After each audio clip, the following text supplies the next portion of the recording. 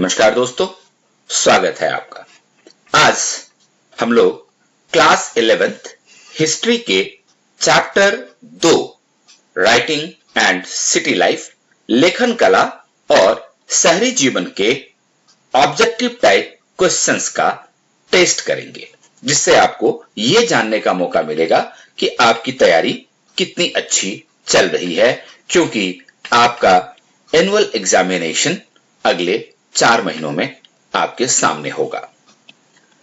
इससे पहले जो हमने पहला टेस्ट किया था इसी चैप्टर का, उसकी विनर हैं मिस अंजलि, जो गवर्नमेंट सर्वोदय कोएड विद्यालय वजीरपुर विलेज न्यू दिल्ली की छात्रा हैं। कांग्रेचुलेशंस अंजलि। आइए आज के टेस्ट का ये कुछ टिप्स देख लेते हैं। अपना पेन और पेपर रेडी रखिए। यहां से आगे आपको 15 प्रश्न मिलेंगे और उनके आंसर्स, प्रत्येक क्वेश्चन का आंसर आपको 5 सेकंड के भीतर लिखना है। करेक्ट आंसर्स इस वीडियो के अंत में दिए गए हैं, जहां से आप अपने उत्तर मैच कर सकते हैं। इसके बाद आपको करना यह है कि आपको अपने सभी उत्तर सही और सबसे पहले इस YouTube चैनल के कमेंट बॉक्स में लिखना है। जो स्टूडेंट सबसे सही आंसर और सबसे पहले कमेंट बॉक्स में लिखेगा, उसे विनर डिक्लेयर किया जाएगा और इनाम के तौर पर अगले टेस्ट वीडियो में उनका नाम और उनके स्कूल का एड्रेस डिस्प्ले किया जाएगा। तो शुरू करते हैं आज का टेस्ट। पहला सवाल आपके लिए। In Mesopotamia, the sharp tip of which item was used for writing? Mesopotamia में लिखने के लिए किस नुकीली चीज का इस्तेमाल किया जाता था, ये आपको बताना है अगले 5 सेकंड में।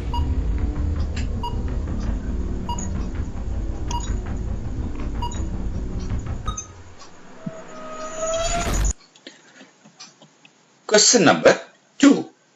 The word Mesopotamia originated from which language? Mesopotamia शब्द की उत्पत्ति किस भाषा से हुई है, उस भाषा का नाम बताइए अगले 5 सेकंड में।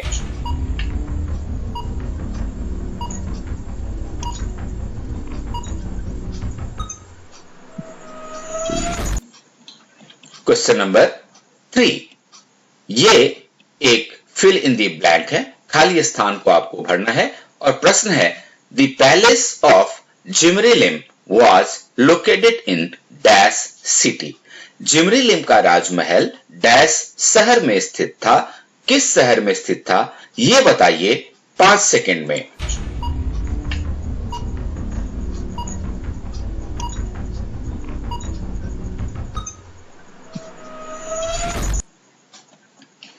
Question number 4.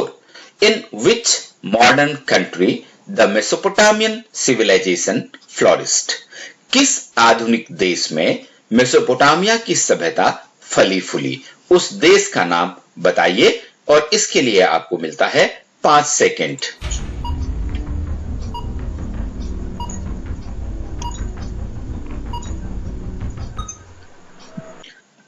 Question number 5. Mesopotamia was situated between which 2 rivers? Mesopotamia किन 2 नदियों के बीच स्थित था, यह बताइए और आपका समय शुरू होता है अब।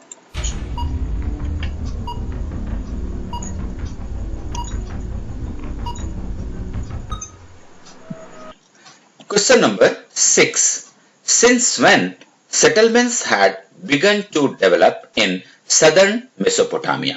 दक्षिणी मेसोपोटामिया में कब बस्तियों का विकास शुरू हुआ, वह वर्ष आपको बताना है और इसके लिए आपको मिलते हैं 5 second.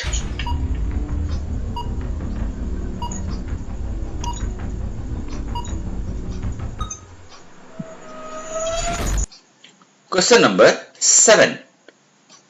वर्का head was sculpted in which stone? Warka शीर्ष को किस पत्थर से तरासा गया था, उस पत्थर का नाम बताइए और इसके लिए आपका समय शुरू होता है अब।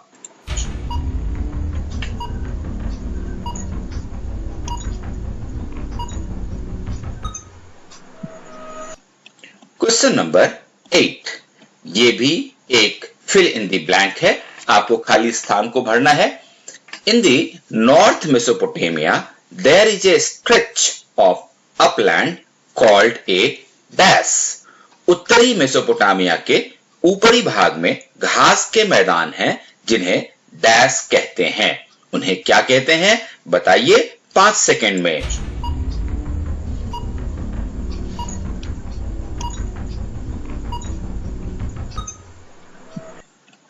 क्वेश्चन नंबर 9, स्टेट ट्रू और फॉल्स। आपको बताना है कि यह स्टेटमेंट सही या गलत है। और in the north Mesopotamia animal herding offers people a better livelihood than agriculture. यानी कि उत्तर मेसोपोटामिया में पशुपालन लोगों को कृषि की तुलना में बेहतर आजीविका प्रदान करता है। यह सेंटेंस सत्य है या असत्य है, सही है या गलत है, यह बताइए और इसके लिए आपको मिलते हैं 5 सेकंड।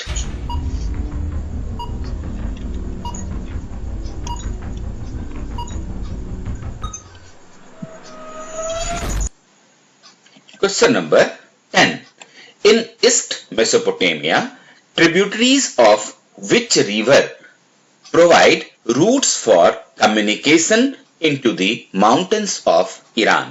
पूर्वी मेसोपोटामिया में किस नदी की सहायक नदियां ईरान के पहाड़ों में संचार के मार्ग प्रदान करती हैं?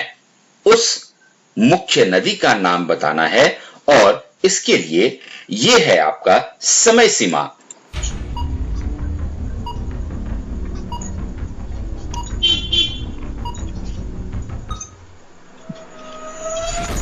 Question number 11. There was a social organization to equip foreign expeditions and direct the exchanges, which was initiated by the people of southern Mesopotamia।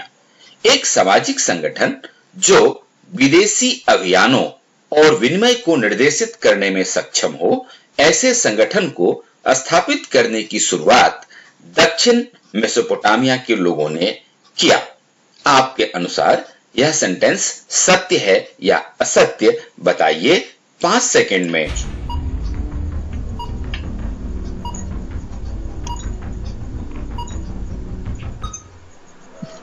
Question number 12, writing began in Mesopotamia when society needed to keep records of transactions. ये जो sentence है ये भी आपको true या false, सही या गलत बताना है कि मेसोपोटामिया में लेखन कार्य शुरू हुआ जब समाज को अपने लेन देन का अस्थायी हिसाब रखने की जरूरत पड़ी। और आपका समय शुरू होता है अब।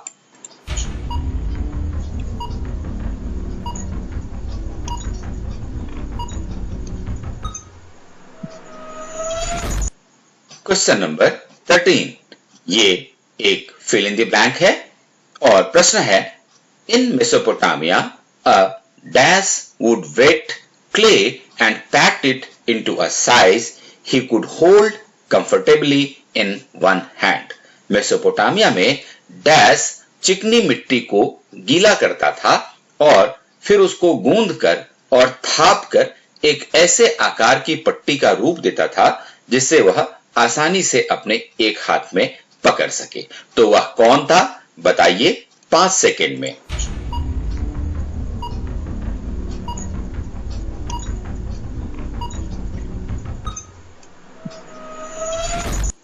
क्वेश्चन नंबर 14, ये भी फिल इन द ब्लैंक है। The sound that a cuneiform sign represented was not a single consonant और वॉवेल बट डैश।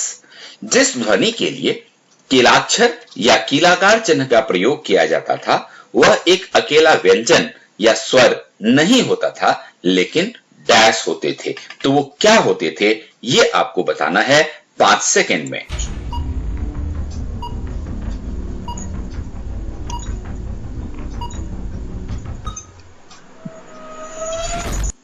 और ये है आज का अंतिम सवाल। Most of the मेसोपोटामियंस could read and right. Mesopotamia के अधिकांश लोग पढ़ और लिख सकते थे। आपके अनुसार ये सेंटेंस सही है या गलत, ये आपको बताना है और आपका समय शुरू होता है अब।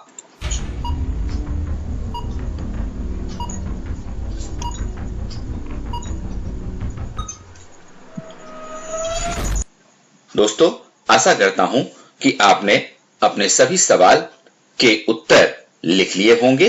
अब जल्दी से इन्हें कमेंट बॉक्स में लिख डालिए और समय है उत्तर मिलाने का। पहले सवाल का उत्तर है रीड यानी सरकंडा, नंबर 2 ग्रीक यानी यूनानी, number 3 Mari, number 4 Iraq, number 5 Tigris and Euphrates, दजला और फरात नदी। Question number 6 5000 BCE, number 7 white marble सफेद संगमरमर, नंबर 8 स्टेपी, नंबर 9 ट्रू यानी कि सत्य, नंबर 10 टिग्रिस, नंबर 11 ट्रू सत्य, नंबर 12 ट्रू यानी सत्य, नंबर 13 स्क्राइब यानी लिपिक, नंबर 14 सिलेबल यानी अक्षर और नंबर 15 फॉल्स यानी असत्य। तो दोस्तों, ये टेस्ट आपने किया और 15 सबसे महत्वपूर्ण प्रश्न जो इस चैप्टर के हैं वो आपने सीखे। हम इसी तरह का वीडियो आपके लिए लाते रहेंगे। आप देखते रहिए और सीखते रहिए। All the best.